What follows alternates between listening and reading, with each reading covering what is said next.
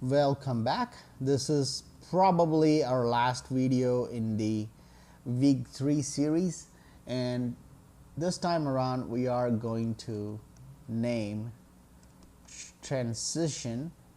Remember those metals that are from number 3 all the way to 12 that I called it the sandwich box compounds? These are the transition metal compounds. Okay, and as far as the naming itself, it's not that much different, and again we're going to still use the same chlorine, fluorine, oxygen. So if you've memorized it already from the ionic and covalent compounds, then you already have it. Okay, as far as naming, we only have to make a couple of differences. The reason we do that is because transition metals, as I pointed out earlier, transition metals have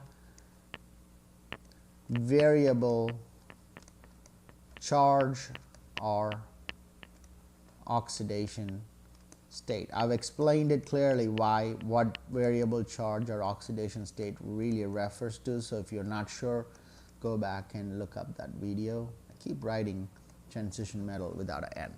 All right, anyways, so let's get to, we're going to name, we're going to find two ways to name it. Okay, given the formulae, how to name it, and then given the name, how to write the formulae. Okay, let's do the second method because that's easier for most of you.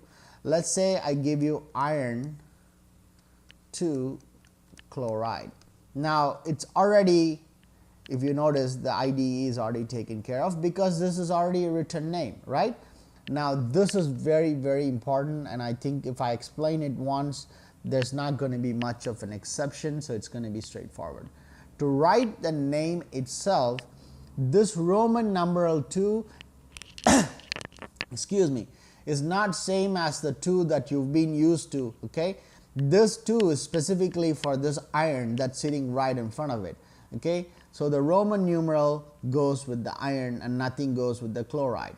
Okay, and we know chloride is essentially chlorine, right? So chlorine is 7A. That means it can only accept 1 electron, so it's 1 minus. And the iron, however, in this case has variable oxidation state, but in this particular case iron's charge is +2. And how do I know it's +2? That's coming directly from the Roman numeral. The Roman numeral is only tagged to the iron, not to the chloride. Chloride is from chlorine. Okay, if you reverse map it, chloride is essentially just chlorine. The only difference is because in a compound it must be given appropriate suffix, and chlorine is 7A, and that means it needs 1 electron, okay, to get to 7, right? See, I reverse mapped it. So that means that's how I know it's 1 minus. Now to get the formula, all you got to do is swap the numbers, okay, and we never write 1, so it's FeCl2. How easy is that? All right, so let's go and try a few more examples, and I will have you do a couple yourself. Okay, let's say iron 3. Please pay attention and be cognizant of what you're doing. Do not just blindly just follow some pattern that you created in your mind. More likely it's not going to help. Now again, oxide is nothing but oxygen if you reverse map it, and oxygen is 6A. That means it needs 1 electron, 2 electrons, right, to get to 8, or other way around, right? So oxygen would be 2 minus, right? And as I said clearly, this Roman numeral 3 is only tagged to the iron, so that's easy. It's like me giving you a quiz with answers already printed on it. The 3 is already an answer to the clue that iron is +3. Now we just swap the numbers. It's Fe2O3. All right, pretty good, huh? Let's try a few more examples. I'll give you a couple just for you to practice. Okay, manganese, okay, 2 chloride, okay, chromium 3 oxide, and mercury 2 sulfide. Go ahead and pause the video. When you have your formulas ready, go ahead and continue watching the video to see if you got it wrong. There is no rush. Take your time.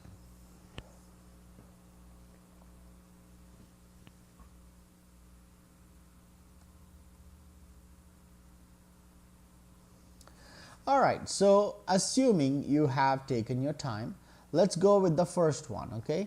And I don't want to write too much because of space constraint. Chloride is nothing but chlorine, and chlorine is 7A, so it needs only one more electron, so it's Cl1 minus, okay? And manganese, we already know the answer, it's got to be +2. So if we swap, then we end up with MnCl2. We go, first one out of the way. Let's get a different color for our second one. Maybe orange. I haven't done orange in a while, so let's do orange. Okay, oxide. Oxide is nothing but oxygen. It's just different way of writing it. And oxygen is 6A. That means it needs 2 electrons to achieve the magic number, so it's O2 minus. And chromium, you know right away, it's 3 plus, so chromium +3. If we swap them, and I've even explained it why we swap, okay? It's not like some kind of ritual, you just swap. There's reasons because of stoichiometry, which I have previously explained. So it's Cr2O3. All right, last one, let's get a different color. Maybe, I don't know, I don't have a lot of choices here. Let's go with the green, okay? I don't know how good it'll be. Okay, so, okay, green. Sulfide. Sulfide is nothing but sulfur, and it's in the same column as oxygen, and it's 6 as well. So it needs 2 more, so sulfide would be S2 minus, and mercury we know right here is Hg +2. Now keep in mind, this is nothing but like a sodium chloride. When you have both charges the same, you don't have to write them, okay? So it will be just HGS because they are canceling out, they're equal. All right, now that is how you do transition metal formulas given a compound, okay? Now the reason I taught this first, even though I said this second on my list, is because if you know how to do this, basically you're just reverse mapping to get your compound. All right, so let's go back and actually start with a few examples, see if you can actually come up with the names, and basically you're going to do everything in reverse order. All right, so let's say FeCl3, that's your first compound. Go ahead and give it a shot, okay? Don't be afraid. Just, it's not going to hurt just trying it out, you know. Honestly, it's not going to. So let's do B. Manganese, okay, MnO2, or actually, yeah, MnO2 is great. Okay, C. CrCl6, D, TiF4. All right, that's good enough. Go ahead and write the chemical names for these. I've given the formula. Give it a shot. Let's see how much you can create based on an existing knowledge. That's very important. I cannot always walk you through every step. Now, if you have understood what we did for it, go ahead and pause the video and give it a shot.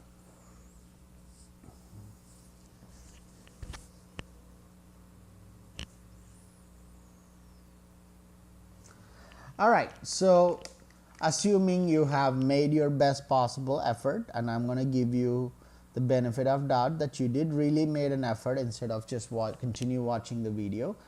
All right, I'm going to rewrite the FeCl3, but this time I am going to say this one right here just for time being. That means when I reverse swap it, I should be ending up with Fe plus 3.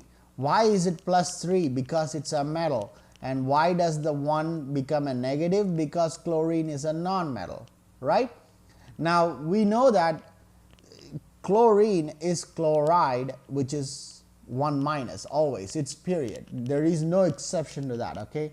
When you call chlorine as chloride, it is always 1 minus. So I'm going to write this last name first, okay? And then iron is plus 3. That means we got to write the Roman numeral, okay? And then iron as it is. Does that make sense? I basically just reversed everything I did from the formula, from the name to the formula.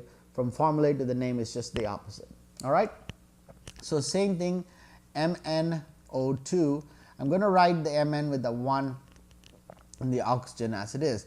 Now if we swap it, manganese should have the 2 plus and the oxygen should have, right?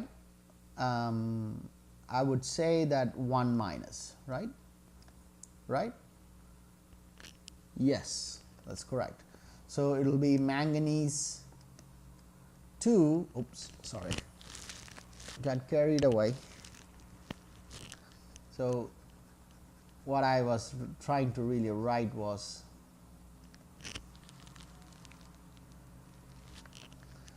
manganese in writing, manganese 2, oxygen is oxide, so it's oxide, right? Good. Actually, you know what? Yeah, let's leave it that way. I'm going to do the same compound but a slightly different way, just to explain the idea of stoichiometry. Okay. All right. That is not wrong. We got it right. Okay. Let's keep moving. Chromium 6 chloride. Again, I'm going to give the chromium as 1 and the chlorine as it is 6. So if we swap it, we are going to end up with chromium as plus 6 and Cl is 1 minus. Chlorine is nothing but chloride. It's just the way we write it. So chloride comes first. And then chromium is 6. So 6. And then you write chromium. Okay. Very good. All right. Last one. Ti, again, I'm going to say 1 for this, and fluorine is 4. So if we swap it, it's going to be Ti is plus 4 and Cl is 1 minus. So Cl 1 minus, chlorine is nothing but chloride, okay?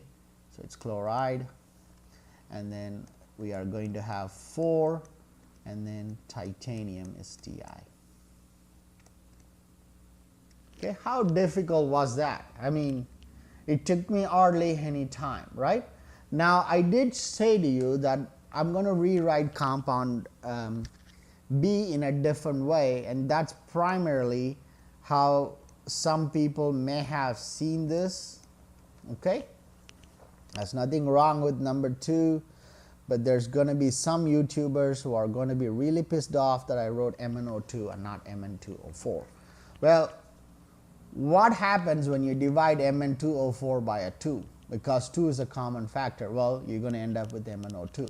But Mn2O4 is how most people have seen it. Anyone that knows chemistry would have seen it, and they're going to be really pissed off that I wrote MnO2. I should have written Mn2O4. Well, that does not take away from the fact the learning is still the same. So we don't need to do anything. It's Mn2 and O4. So Mn gets the plus 4 and O2O gets the 2 minus. So it will be manganese. Please do not confuse magnesium and manganese. I know it's easy to get them confused, but don't get them confused. Manganese 4 oxide. So O2 minus is oxide, right? All right. Well, that is how you name transition metal compounds. Okay, now we will, as I said, we still have to discuss 3 more types of bonding, but I'm going to reserve those for the Lewis structures that I laid foundation this week. Okay, when we come back to that, I think it makes more sense to discuss them in that context than it is now. All right, so this is how you do. And then there's also acids. We haven't learned to name acids and bases, which is also something we would learn. But I figured, I think they seem to make more sense when we discuss about polar compounds, polar covalent. Polar compounds and non-polar compounds and polar covalent compounds, things like that. So when we discuss those, I think the acids kind of fall under those categories: acids, water, ammonia, hydrochloric acid, sulfuric acid. All these things you've seen, they are neither ionic compounds, nor covalent compounds, nor transition metal compounds. They're more of polar or non-polar compounds. And I don't think that really gels into what we've talked so far. Everything we've talked about are purely ionic, purely covalent, and transition metal compounds. So we still have hydrogen compounds containing hydrogen bonding, and we have polar covalent, polar compounds, and non-polar compounds. So there's 4 more that we have to get through, but this is all for week 3. So I've already posted the homeworks for week 1, 2, and 3, and I've posted the quiz for week 1. I'm working on the quiz for week 2 and 3. Hopefully I'll have that also uploaded to Moodle by the end of the day. So as I said, stay on top of your learning, and I will be sending out a Zoom session which would more likely happen on Saturday. I was thinking of Sunday, but I think it has to happen on Saturday because I have other plans on Sunday.